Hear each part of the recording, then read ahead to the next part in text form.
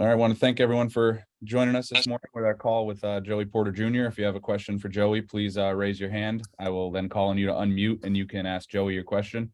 If you are already unmuted, if you could please mute yourself as well, that would be great. Rich Garcella. Hey, Joey, thanks for doing this today. Appreciate the time. Problem.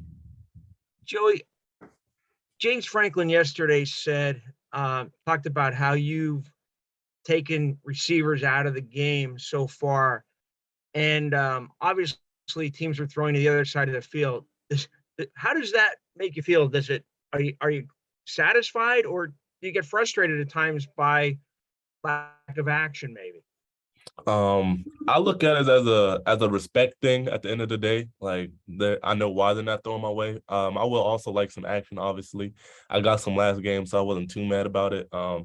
But every week I just go into the week knowing, or just preparing that they might throw to me, knowing if they're not, then it's okay. It's a part of the game. If I'm not getting the ball my way, then it's just going to be a tackling game. So that's how I look at it. Mark Brennan.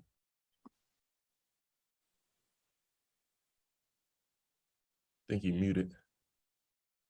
Mark, can't hear you. Can't hear your audio. I'm sorry, Joey. You guys have been having some fun with this. Can you see the picture of you doing a bird or whatever it is out there on the field? Yeah, that little. Yeah. Can you explain what that is? People are asking a lot of questions about it, and how did it come about? Thank you, Joey. Yeah, no problem. It really started in the corner room over the summer. Daquan Hardy, he started it for the corner room, and we just been keeping up. And every time we make a play on the ball, we do this celebration, no fly zone. And then it started in the corner room, and everybody on the team just started doing it. And now it's just the thing that we do on the team now. We got the coaches doing it, and some of the fans are starting to do it. So it's a nice little movement. Daniel Gallen. Joey, you touched on those games where the opposing offense isn't throwing at you. I mean, what are those games like for you on the field? Does it take a little extra focus to stay engaged? I mean, what kind of goes through your head when they're not throwing at you? I just try to still work on my technique. I'm out there, so work on my hands, work on my press technique, and just working on other aspects of the game, like shedding blocks, making tackles. Just trying to be a use for the team as much as possible if they're not throwing my way. Greg Pickle. Joey, thanks for your time. You guys have 41 pass breakups, which is by far the most in the country. Was that an emphasis of Coach Poindexter, Coach Smith, or Coach Diaz this offseason, or has it just been how you guys have been producing against the offenses you faced? It's both. It was a big thing that Coach Manny Diaz and the other coaches on the defensive staff wanted us to do, get more hands on balls and be more disruptive in a pass game. And that's what I'll say, where we've been playing a lot recently, been helping us a lot, getting our hands on balls and being more active with the receivers. So Manny knew this was going to be the case for us, and we just got to get our hands on more balls. Joe Smeltzer. Joey, what is your relationship and bond with Coach Smith meant to you over your time at Penn State? It's meant a lot. We didn't start off on a great hand coming in, but I feel like over the years, me and him been locked in, and it's been a great relationship with Coach T. That's my guy. I could call him whenever I have a problem with something on and off the field. So he's just really been a great mentor and a coach to me. John McGonigal.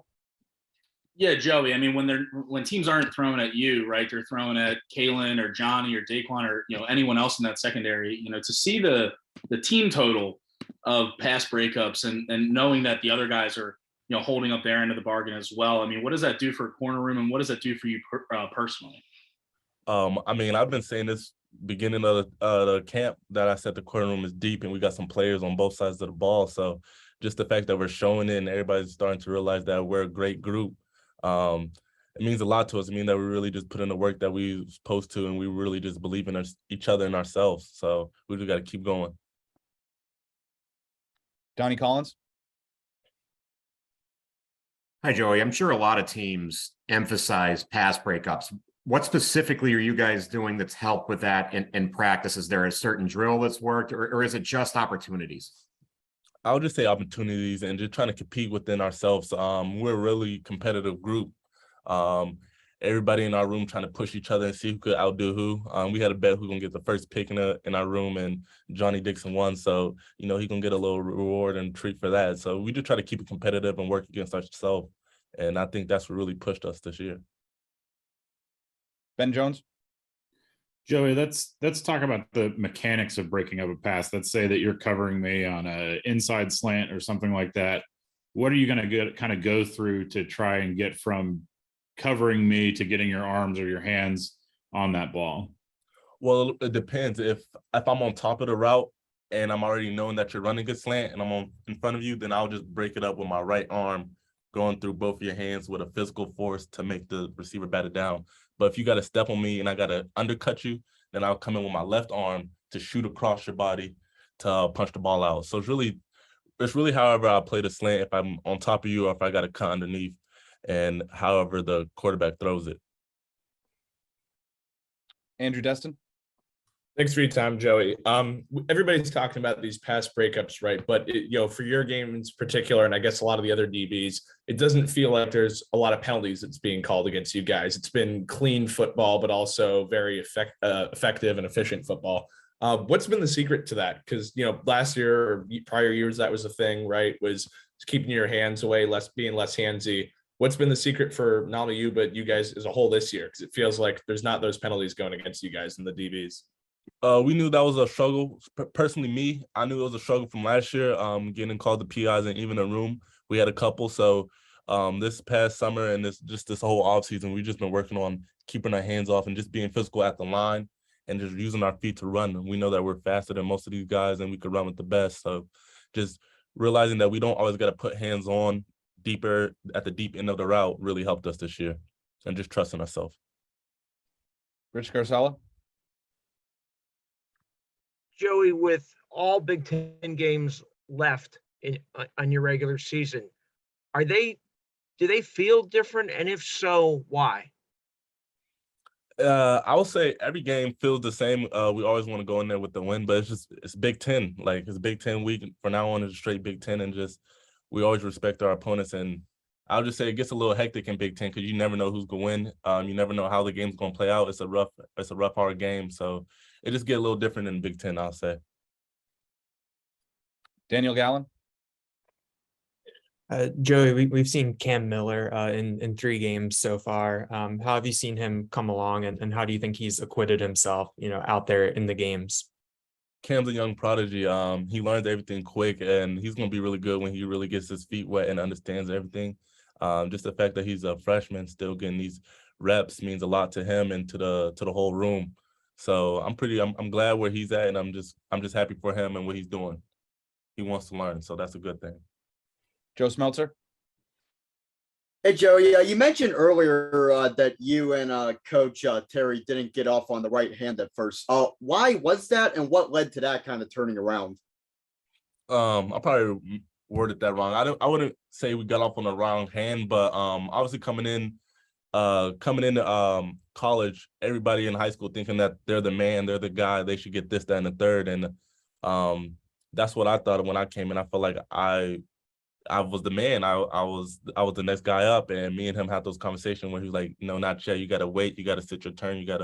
And sometimes I didn't see eye to eye with that, but becoming a man and really understanding that he was right, and I did needed to wait my turn. And now I'm here where I'm at. He was right about that. So.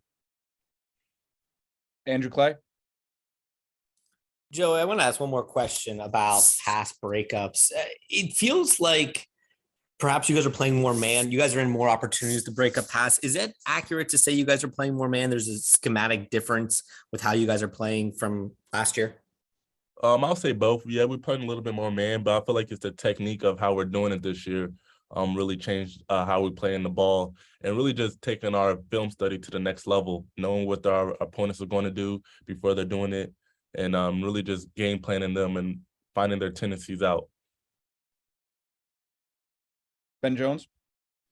All right, you're going to teach me how to break up another pass. Let's say that I'm just running a vertical or a post or something like that, and you've got to stay with me stride for stride. How does the pass breakup technique sort of change in those moments compared to kind of breaking down on a guy?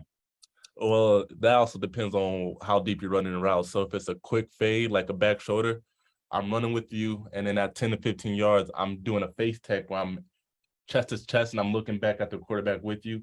The quarterback don't throw it then I'm head turning, and then I'm gonna wedge you to the sideline to play the ball. So that's usually how we do it. Really just to eliminate the back shoulder fades that a lot of teams like to run, like Purdue, Central Michigan. To eliminate those, we just got to get our head around fast. And when we realize it's not that, then we'll make a play on the ball. Something like Johnny Dixon on his interception, he came in face tech, realized it wasn't a back shoulder, so he flipped his head around and got the pick. That which was teach tape. So that was the perfect example right there of how to play that. Alex Rocco. Hey Joey, Kalen King has really elevated his play in year 2. What have you seen so far from him just 4 games into the year? He's doing everything he wanted to do and expected to do, locking down guys. Proud of that dude. Like I said before, we knew how special our room was, and we knew that it really just depended on how we're going to approach the season. We knew we had the talent, so the fact that we're just putting it all out there and doing well, it means a lot to all of us. Daniel Gallen. Joey, when it comes to Kalen and his physical traits, like when people talk about you and what makes you a good cornerback, they always talk about your length.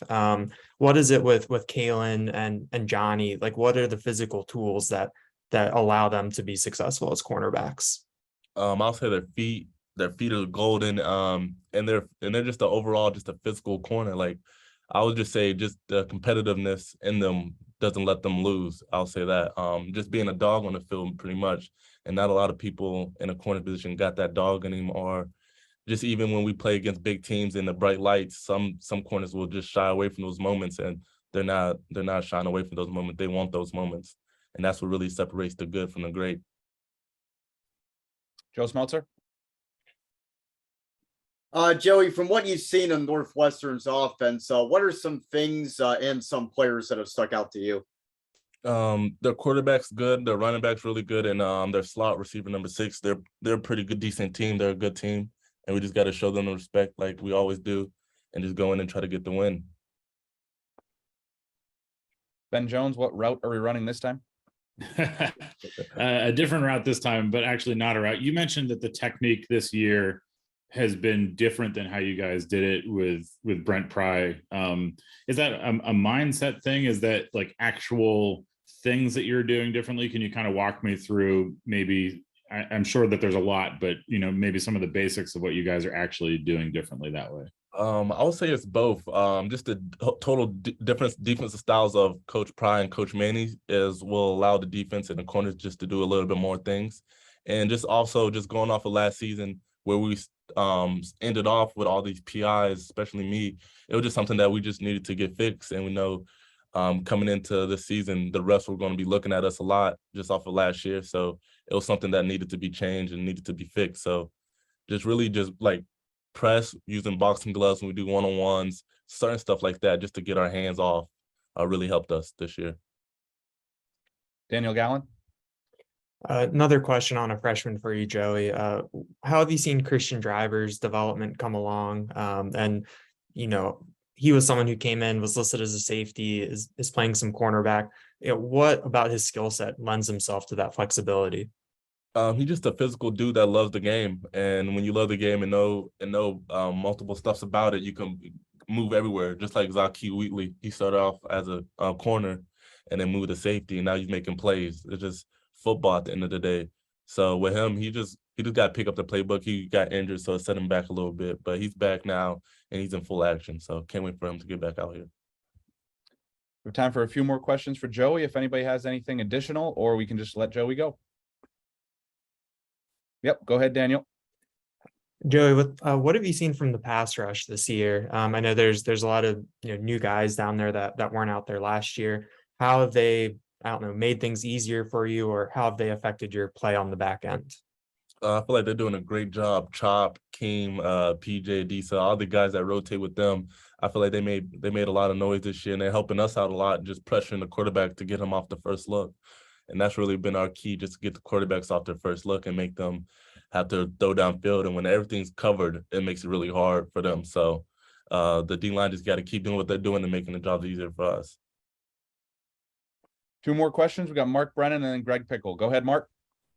Hey, Joey, are you cognizant of the fact that Penn State's never had a DB drafted in the first round? And do you think about that stuff during the course of a season, or can you not afford to do that? Thanks.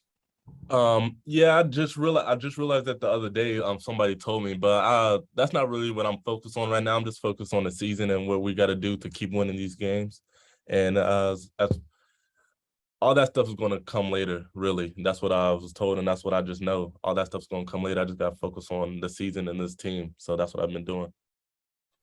Final question, Greg Pickle. Joey, going back to the celebration, how does something like that take hold within a defense and a team? And what kind of energy or emotion does it provide when you have that pick up throughout the course of a season? Just keep the energy flowing. Just bring the energy to the team and to the whole stadium, just to have everybody riled up and make a play. And we're gonna do that every time. And the fact that everybody's doing it, even the offense, the offensive line, the coaches, like we had Manny Diaz sitting there on the sideline. Like it's crazy. We like what it's doing for the whole team. So we're just gonna keep going with it. Joey, really appreciate the time and good luck this weekend. Thank you. Appreciate you guys. Thanks, Joey.